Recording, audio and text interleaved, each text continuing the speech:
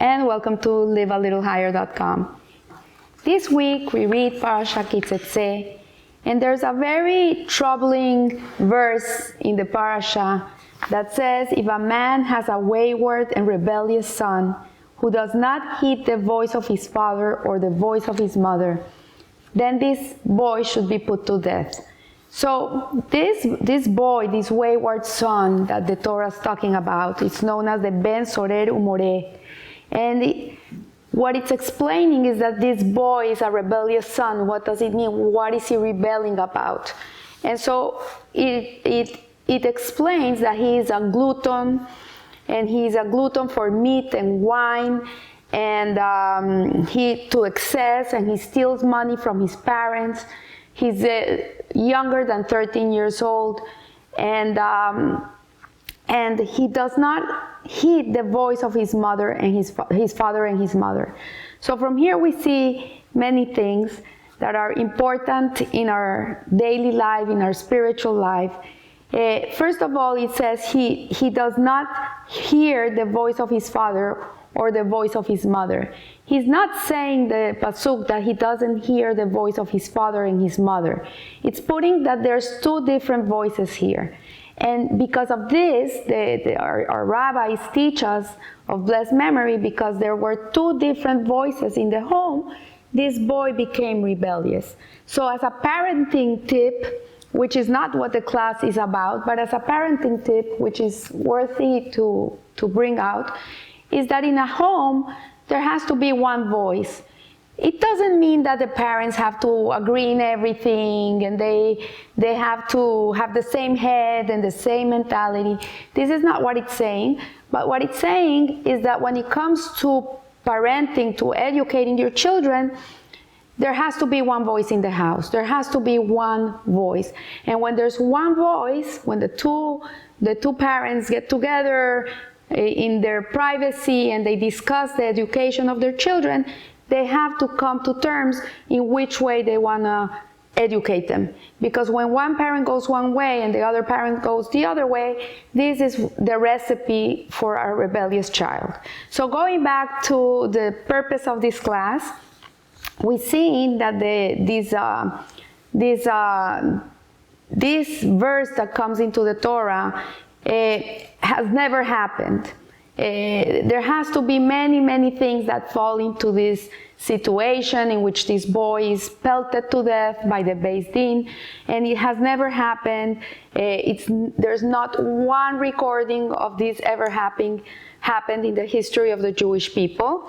But what we have to understand is that in the Torah, there's always a teaching, there's always a lesson, there's always something that Hashem wants to teach us, and this is why this is here. And so, although this law is recorded in the Torah, such an incident has never happened, and it's a pure hypothesis.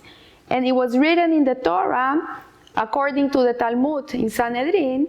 The only reason that it's written there is so we study it and we receive reward from learning this law. So, yet we know that the Torah, every word in the Torah is very valuable. There's nothing there that is extra. And according to the Zohar and the mystics, this passage refers collectively to all the Jewish people. And we're coming into the month of Elul. We're in the month of Elul. This is a month in which we're preparing for the high holidays. We're preparing for the year to come. This is the last month of the year. And this verse comes right in time. And we see from the mystics, from the Zohar, we learn that from the moment of birth, we're constantly reminded that we share a special relationship with Hashem. The Jewish people are a light upon the nations. We are the chosen people. It doesn't mean that we're the better people, the best people. That's not what it means. What it means is that we have a very special place in Hashem's heart, and that we were chosen for a special mission. And this is reminded to us every day. And we have to be cognizant of this and not forget that we have a purpose, that we have a mission in this world, that we have a job to complete, and that we are singled out for spiritual greatness, and that we are also destined for a life of sanctity. We are, the Jewish people are a nation of priests. We are not meant to be spiritual beings, although the Torah is a very spiritual way of life. But the reality is that we're meant to be godly. We're meant to be a revelation of Hashem in this world. And so we have a divine spark within ourselves, and this we are reminded every day. And so we know that by virtue our soul, we're plugged into millennia of Jewish history. We don't come from nowhere. We don't come from a vacuum. We have our forefathers. We have Abraham, Isaac, Yaakov.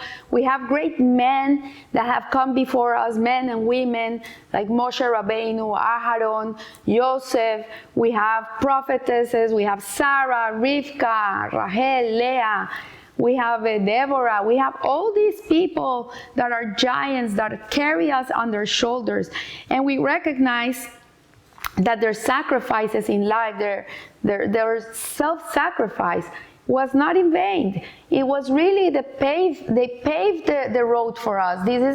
We are a link in the chain to come to the destiny that we're supposed to arrive to. But if we break that chain, then everything that they did before us was like for nothing.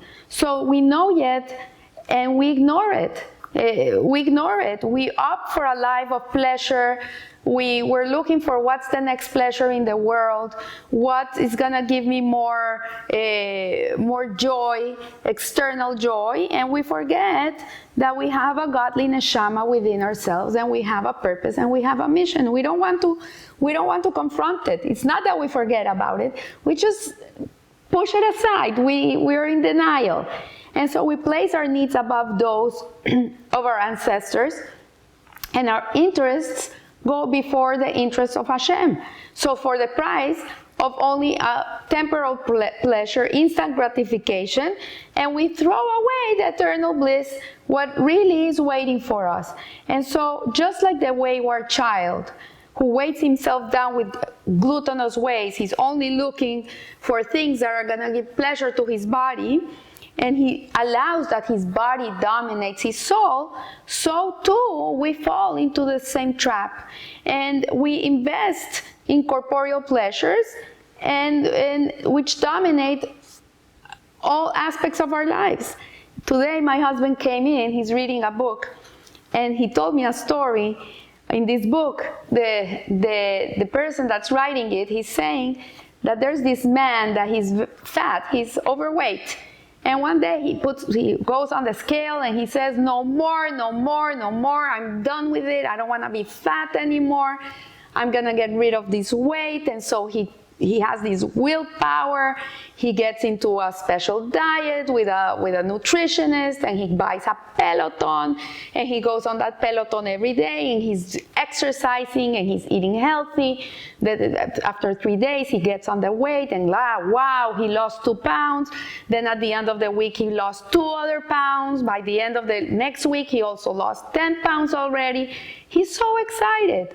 Wow, he's so excited. He's skinny. He feels strong. And suddenly, he decides that he wants to eat. He's hungry. He wants to eat. So the fat part of him comes into the story. And he loses all this willpower and he starts eating again. So the guy has a skinny guy inside and a fat guy inside, and that's what we have inside of ourselves too. We have a skinny part of us, and we have this part of us that is never content, that can go eating the whole world out. I mean, in every aspect, and we're never satisfied. And we have a duality. We do have a duality within us, and it's not, are you the skinny guy or the fat guy? You have both forces within yourself. They're real. It's not that you decide who you want to be. So just like the wayward child, we refuse to be guided by our Father in heaven. And he offers instructions. He gives us a beautiful Torah. He gives us all these lectures and books and incredible rabbis through the ages that have compiled everything. And instead of learning the true meaning of life by Hashem himself, we offer suggestions to Hashem and how it's better to live our lives. We think we know better than him. We want to outsmart Hashem. So we know where we belong. We know, everybody knows when he's doing things that are not right, when he's not connecting to his essence, when he's living la vida loca. He knows. We are conflicted people. What can I say? We are very conflicted. And on the one hand, our baser elements drive us to instant gratification and hollow pursuits and things that are meaningless at the end of the day. They mean zero. And on the other hand, our divine spark is screaming within us and is yearning for profundity, for a wholesome experience in this world. And so when we study the story of the wayward child, and this is why it's there, we're supposed to overcome this, to realize, hey, I don't want to be a rebellious child. I want to become that great son that Hashem put into this world, the person that I'm really meant to be. So, okay, Margie, you're talking very beautifully, but how do we overcome this? And so there's a divine solution. There's a divine solution. And we have to understand that we have this duality within us. That's the most important part. That we know that we have a godly neshama and an animal within ourselves. And we stand before God and testify that we refuse to obey Hashem. When we're in the high holidays, hitting ourselves, hatiti, doing the vidui prayer, that we have not been good to our parents, that we have stolen, that we have misbehaved. Yeah, we are this wayward child. And so the Talmud refers to man's actions as his offspring. So at the end of the day, all these materialistic desires are there. They're part of the world. We're not gonna get rid of them, never ever, because the material world has a purpose. We have to elevate it. We have to make it purposeful. We have to make it godly. And it's there for that purpose. And we're not gonna get rid of it in this existence. So the Talmud explains that Hashem is not telling us to get rid of our desires. He's not asking us to not want to eat a good piece of meat. This is not what Hashem is asking from us. But what Hashem wants from us is that when we eat that juicy piece of meat, we say a blessing, we make sure it's a kosher piece of meat, we do it with the right intention, with the right kavanah. Before we eat it, we say, this is to give me energy to be able to learn Torah, to be able to do mitzvot.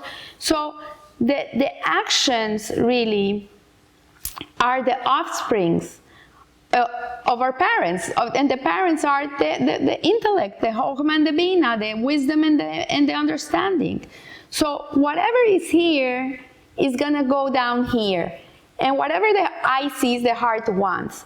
So we have to temper our children. And how do we temper our children, which is our actions? Is through the intellect, is through the mind. This is why Hashem gave us a mind. He gave us an intelligence. We're not stupid people. We have a seichel within us. And if you don't believe me, look how humanity has created so much advance in this world. Medicine, computers, phones. Look at the world. People are intelligent. We're not dummies. But in reality, we have to correct our behavior. This is what it's all meant to be. It's the behavior. The desires are there, but we can elevate those desires. Our passions, our cravings, all these things can be geared towards serving Hashem and using them for a godly pursuit. But we don't do this. We fall into this. And so God then sentences our offspring, which are our actions. This is what is sentence, it's the action. And so the proverbial death by instructing us to put an end to such behavior. And so the reader will note that he does not order our passions to cease, only our actions. He's only asking us to control the action. And so the experience of life as a war between two impulses is normal. We're going to have it from the day we're born till the day we die. We're going to have this internal war within us. If you're not having it, then there's something wrong. There's something that's not right within you. And you have to have that struggle. And so, however, to gain the upper hand in this struggle, this requires superhuman effort. And as a fact, it only comes from the grace of Hashem. So the only thing that you have to really do is will to do the right thing. You have to will it and do whatever it needs for you to be able to do the right thing. You have to put your effort. You have to put your work. But at the end of the day, if you succeed or you don't succeed, really it comes from a gift of God. This is Hashem's grace for you. And so we see that the Torah teaches that to overcome the allure of temporal pleasures, we must seek a blessing from Hashem. So every day when you pray to God, this is what we have to pray for. We have to pray to Hashem, please, I pray that I can pray. I pray that I can serve you. Please help me serve you. I really want to be close to you. This is what we have to have in our lips. And so when we acknowledge this, and we acknowledge that we cannot do it alone, then that's when the superhuman power comes within us. And sometimes you see these people with these superhuman powers that are able to do incredible things in the world. And you say, how can they do it? This is the secret. So God does not demand that which we cannot deliver. Hashem is not asking from us things that we cannot do. He demands that we improve our behavior. This is our job. We have to do whatever we need to do to be able to improve our behavior. And when He sees that we're putting our part, He empowers us to do so. So this may explain the rabbinic dictum that the purely hypothetical Torah portion about the wayward child was written only so that we might study it and receive reward. That we learn this, after today you start asking Hashem for help, and the Torah portion orders us to improve. Indeed, it empowers us to improve. And when we study this portion, we are rewarded with this divine power, which is indeed a worthwhile reward. So I want to bless you with if you learn this class, that Hashem should give you the power you need to be able to overcome all the things that don't allow you to be who you're meant to be, and to get rid of all those constrictions that don't let you be that person. And that we should all be blessed, that Hashem should give us the strength to be able to be closer to Him. And in that way, when we get closer to Hashem, everything in our lives changes for the best. So I wish you a blessed week, and remember, live a little higher. Thank you.